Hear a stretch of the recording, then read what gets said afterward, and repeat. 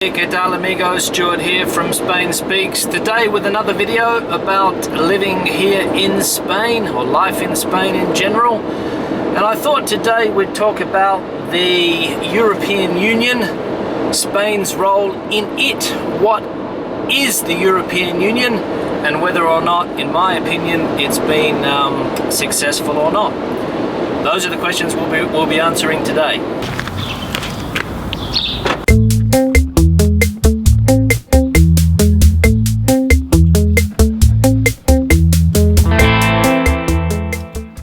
Okay, so we're coming up here into Madrid. Madrid is the capital of Spain,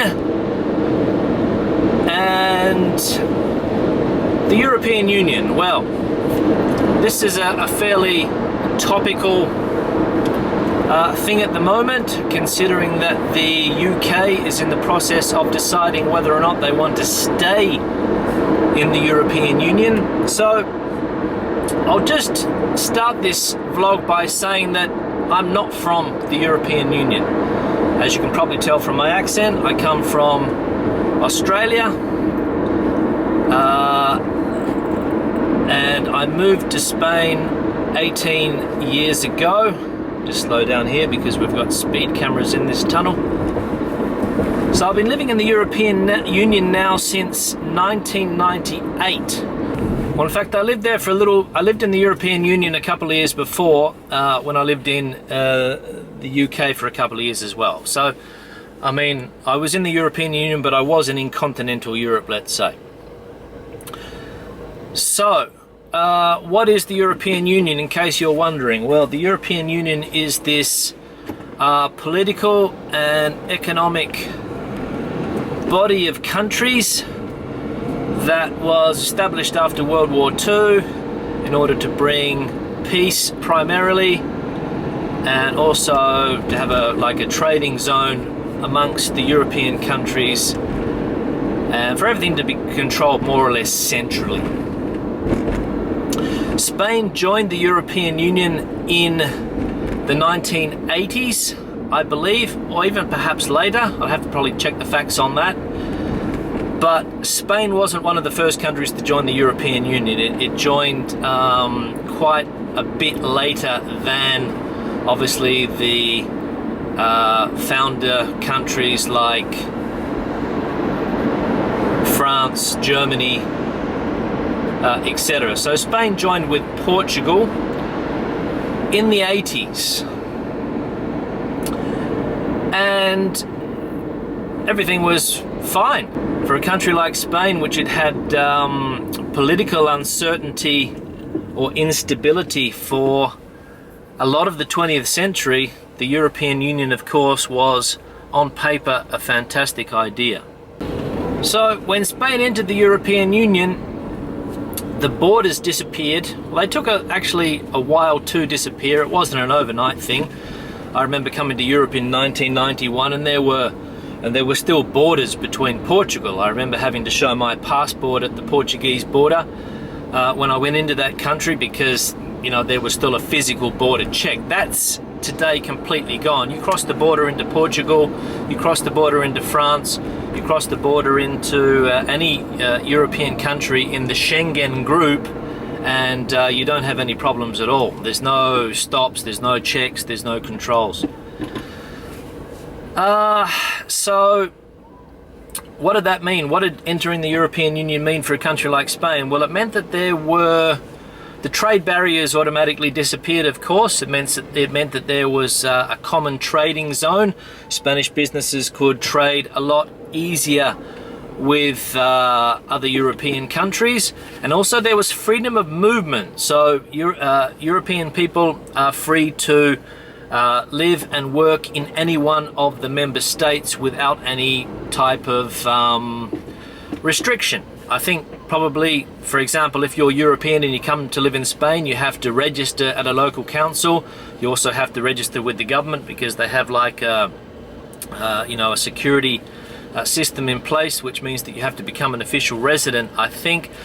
But it opened up the borders for people to move and work in other European countries without the previous restrictions of visas, work permissions, all of those things that you normally have to go through to work in Europe. And of course, in fact, when I came to Europe, because I didn't come from a European member state, then I had to go through the process of obtaining a residency permit, getting the proper permissions to work, all of those things that are associated with the bureaucracy behind moving to another country. But for European people, that doesn't exist. So Spain enters the European Union, people have freedom of movement. Does that mean, or did that mean, that Spanish people all of a sudden, you know, packed up and went to work in France, went to work in Germany, went to work in Belgium, went to work in Portugal? The answer simply is no. There obviously would have been some people, because the companies they were working for sent them there. But Europe's biggest problem is language. So if you don't speak French, if you don't speak German, if you don't speak English, you're really limited to where you can go and live and work, especially at certain levels. And that's one of the difficulties of the European Union, is that cultural integration. Now I'll park that aside for a minute. So Spain's now in the European Union. Now this is before the monetary union. Remember that the euro came in a lot later. So Spain enters the European Union in the 1980s, the mid 1980s, and obviously the country started to change because of the cohesion funds, which is what they call them, the structural funds or cohesion funds, which Europe started to give to the new member countries. So Spain received a lot of money to build roads, it received a lot of money to build train lines, it had a lot of money to improve its infrastructure, which in all honesty was probably lacking at the time. So nowadays, for example, in Spain 2016, one thing that you can't complain about is the infrastructure here, because we have there are fantastic roads, there are fantastic train stations, there are fantastic airports. So all of that stuff is proof that the European Union has contributed a lot of money to building countries like Spain, Portugal, etc., etc. So a couple of years pass. I came to Spain in 1998, and in 1998 Spain was using a currency called the peseta, which was the traditional Spanish currency. And the euro came into Spain in 2002, or the euro was implemented in Europe into the euro zone, let's say. And Spain was one of those countries, along with Portugal, along with Italy, along with Greece, along with the some other northern European countries, which decided to change their currency over to the euro. Now, I lived this period in full, and I can say that Spain has been on a roller coaster ride ever since. When the euro came in 2002, I think it was the 1st of January 2002, there was a euphoria.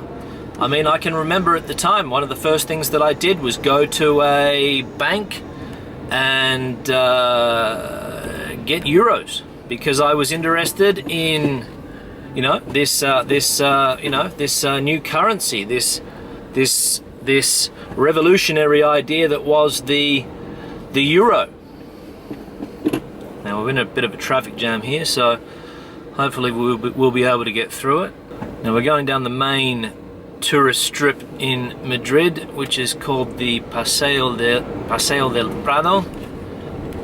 It's absolutely a bit chaotic here, as you can see, but we should be able to get into a lane and move forward.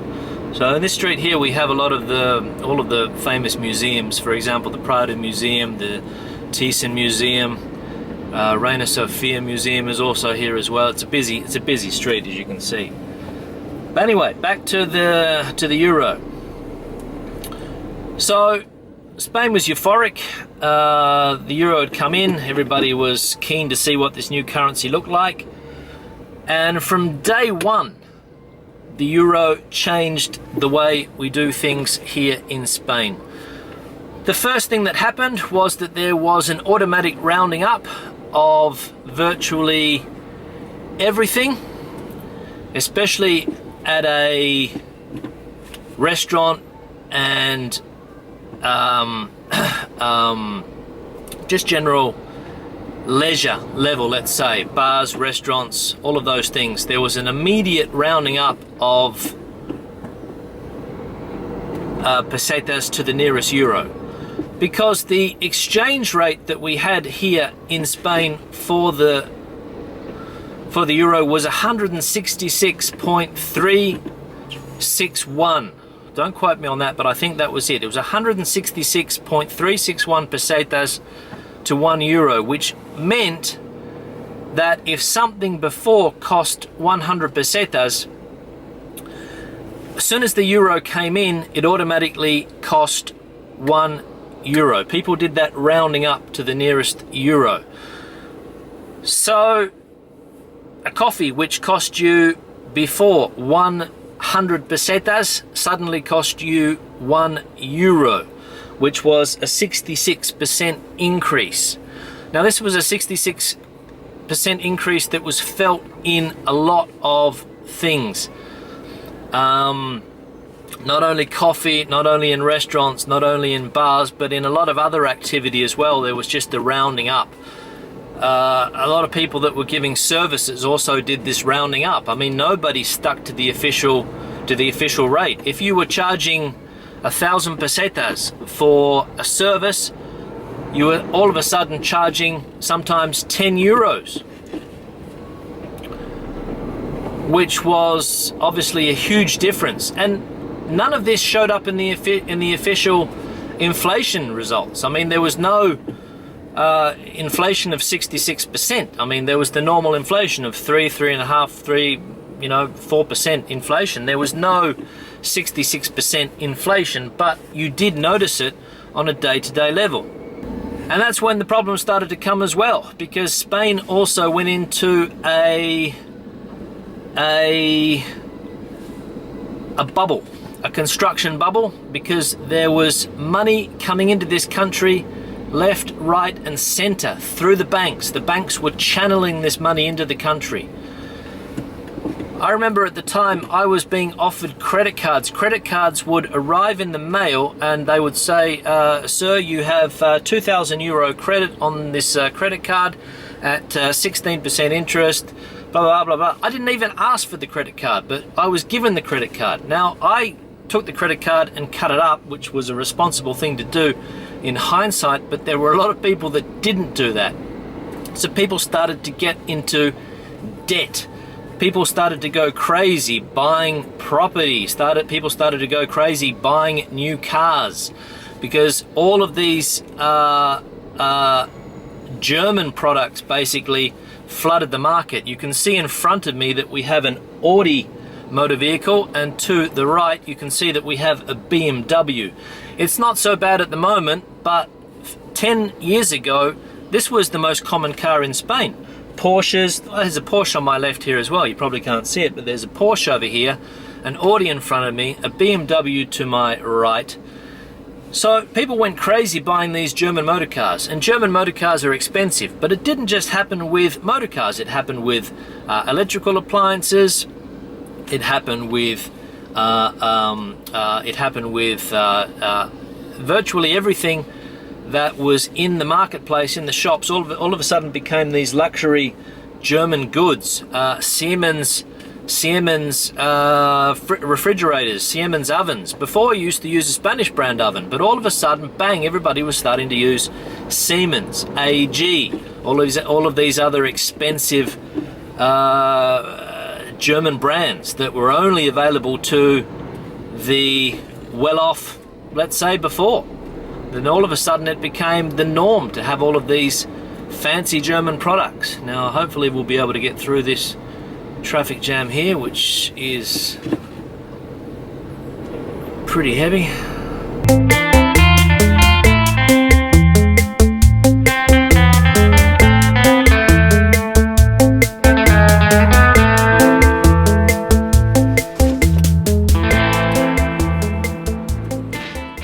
Alright, so finished what I had to do. Now we've just got to get out of this part of the city, which is always interesting.